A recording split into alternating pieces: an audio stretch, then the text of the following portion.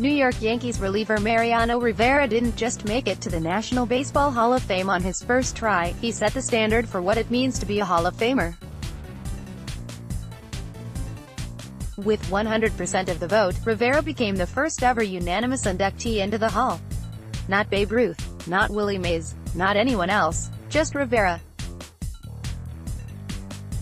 Now that the 100% threshold has been met, it's worth looking forward to see which other players have a shot at joining Rivera in the 100% club. With the seal finally broken, the 100% mark could be passed more frequently. If that's the case, Rivera might have company sooner than you think. That's because his teammate, Derek Jeter, is on the 2020 ballot. That's right, Rivera's reign as the only unanimous Hall of Famer may only last a year. Jeter checks plenty of the Hall of Fame boxes. He is an obvious first-ballot Hall of Famer based on stats, individual accomplishments, World Series rings and pretty much any other thing you want to consider for the Hall. What would cause Jeter to fall short? A crowded ballot or a biased writer could go rogue and leave Jeter off. Though after Rivera's induction, it seems less likely. Now that Rivera is in, you may have fewer voters leave off clear Hall of Famers in order to vote for 10 other deserving candidates. That's one of the reasons Ken Griffey Jr. wasn't unanimous. And while a biased voter could decide to punish Jeter for his defense, or try to say he was overrated, that could have happened with Rivera too. It didn't, so Jeter has a legitimate shot at 100% next year. There are no other candidates on the 2020 ballot who would come close to 100%. Same with 2021. In 2022, David Ortiz and Alex Rodriguez will be on the ballot for the first time. Rodriguez is not going to get there. While his numbers were excellent, he was suspended by Major League Baseball for peg use. He's out for 100%. Ortiz is a far more interesting case. He's well-loved, put up strong numbers and played in a popular market. All those things worked for Rivera. But Ortiz might be held back by his position, or lack thereof. The Hall has been much friendlier to designated hitters in recent years.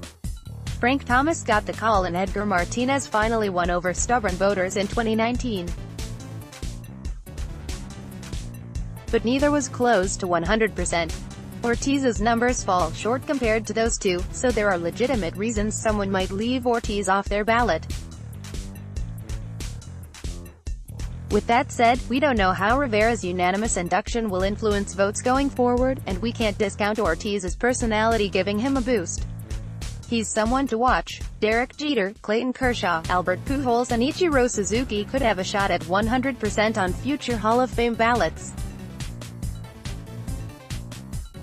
Images via Getty. Francisco Rodriguez, otherwise known as K-Rod, is the most well-known player to hit the ballot in 2023.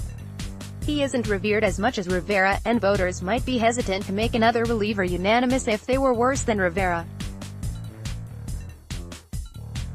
K-Rod was excellent and maybe a future Hall of Famer, but he wasn't Rivera. In 2024, Adrian Beltre, Joe Mauer and David Wright all hit the ballot. It's tough to know whether any have a shot at 100%. For Mauer, there's still some debate over whether he belongs.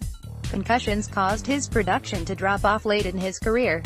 There's a similar argument to be made with Wright. He was excellent until injuries struck. Beltre has the most interesting name here. While he was a tougher sell for the Hall of Fame a few years ago, he seems to have won a lot of skeptics over. He became one of the most beloved players in the game toward the end of his career, so his trajectory is trending up. But a fair amount of Beltre's case for the Hall relies on his excellent defense. If voters decide to look at just traditional numbers, he probably won't get 100% support. In order to keep going, we need to look at current players. A few actually stick out. Albert Pujols may have the best argument for 100% after Jeter.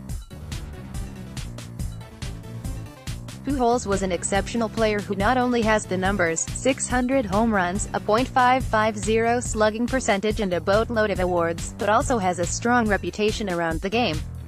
Ichiro Suzuki could have a similar case, provided a rogue voter doesn't penalize him from spending early seasons in Japan. That would be a bad argument, as Suzuki is a Hall of Famer even if you completely ignore what he did outside of the majors. Yadier Molina probably has a strong case too. Whether Chicago Cubs fans want to acknowledge it, Molina is respected by many around the game. Molina's numbers aren't as impressive as Pujols, but Molina has the intangibles voters love. Miguel Cabrera and Clayton Kershaw have probably already punched their tickets to Cooperstown, but both would need to keep producing at a high level to challenge for 100%. We also have to mention Mike Trout, though he comes with some clear caveats.